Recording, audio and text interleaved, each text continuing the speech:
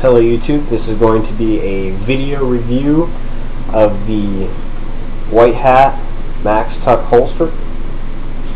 I'm going to be using it with a Walther P99 .40 caliber with a Viridian C5L light laser combo.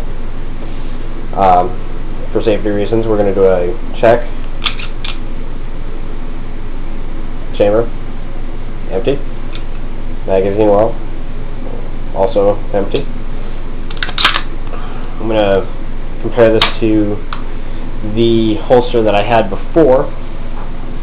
It was a Blackhawk. I believe they call this a Sportster or a Hipster holster with the magazine on the side. This is an inside the waistband holster. I don't even have this holster anymore. I sent it to my brother after I got the White Hat, and I'll explain why. So here we go. This is the White Hat Maxtuck holster that I've had for about 2 weeks now. I got it for a week before Christmas. This is the insert for the Walther P99, this gun that we're going to be using. I also got it with the insert for the XD45, which I also have. Also with the cut for, you can see it a little bit, for the Viridian, because I carried the Viridian on that weapon as well when I had this holster. Some things that really sold me on the White Hat holsters was on the Maxtuck models, not on the base models, but on the Maxtuck. These are obviously removable. You can take these out and replace it with a different Kydex cut, so that way you can have one backing. As you can tell, it's a little form-fitted to my body already. I've been wearing this every day for about 2 weeks now. So it's very form-fitted, and you can just replace the Kydex from the backing, and that way you can carry, you know, one holster for a bunch of different firearms. That's one of the reasons why I liked this holster when I first had it. I didn't realize quite how uncomfortable this holster was until I got the Maxtuck. I mean, I put this thing on right out of the box, and I immediately decided I was going to get rid of the Blackhawk because I was never going to go back to nylon. Some things to point out. I thought I was not going to like the separation of the clips. These are the standard clips. These are not any of the special clips that White Hat offers. But I thought I was not going to like how the clip separates from the body. It actually doesn't bother me as much as I thought it would. Because I thought these were just going to separate and the gun was going to tilt or move away from my body. But there's actually not a whole lot of play here, so it doesn't bother me as much as I thought it would. These clips are very, very nice. They also offer J-hooks for if you're wearing a business suit type arrangement. They're less noticeable, and the owner of White Hat has some very good videos also on YouTube that explain the differences between them. But I went with just the standard hooks. These do not pivot because I put some Loctite in them.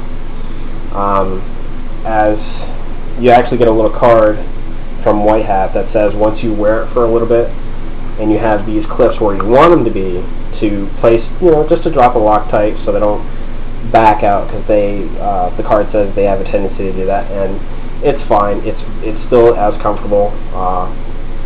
That's where I want it to be, and so is that one. Fits very well. That's sitting in the wrong way then. Fits very well. They also advise not to do the shake test on this for retention issues, because this holster gets its retention from being up against your body. So, you know, don't expect that when you get this holster that you're going to put it in and you're going to shake it like this, and don't get mad at the holster and send it back, because your gun went flying everywhere. But it says in, you know, the documentation you get with the holster not to do that. This is they offer two different types of cuts on the backing here. This is the standard cut. Looking back at it now, I kind of wish I had gotten the combat cut, which is they take a chunk probably about that long, and a little bit out of, so you can get a better grip on the gun.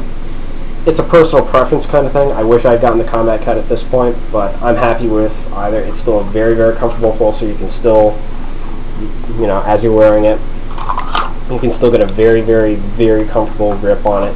You just kind of have to move your thumb a little bit out of the way. With the combat cut, you would obviously be able to put your thumb on this particular model where you would. There's a little indent there on the Walthers. A few things I'm not too fond of. I've noticed that the Kydex does wear a little bit on the Walther. I'm not sure if my camera will be able to pick it up, but right where the serial number is, right here, there's a little bit of wear. Probably shouldn't have serial number, but I don't really matter. A little bit of wear on the slide here, and that's caused by the Kydex. But one thing that I should mention for people who have something like the Viridian on, when the Viridian is tightened all the way down, this screw is going to stick out a little, and it's going to gouge the holster just ever so slightly. Now, what I did on mine is I took just a file and I filed it down and I smoothed it and I took away all the rough edges right here, so it's not as bad. But there is going to be a little bit of and you can just barely feel it, a little bit of a gouge of where that screw has cut into the holster a little bit. You can barely feel it. You can see it more than you can feel it.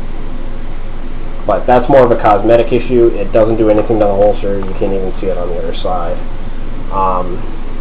But that's it. White Hat Maxtuck holster. Really love it. Really like the versatility of it compared to other holsters that do not have the ability to change the Kydex. If you have any questions, I'm going to put up some links in the description box for where I bought the holster and whatnot. But if you have any questions, I'll try to answer them as best I can.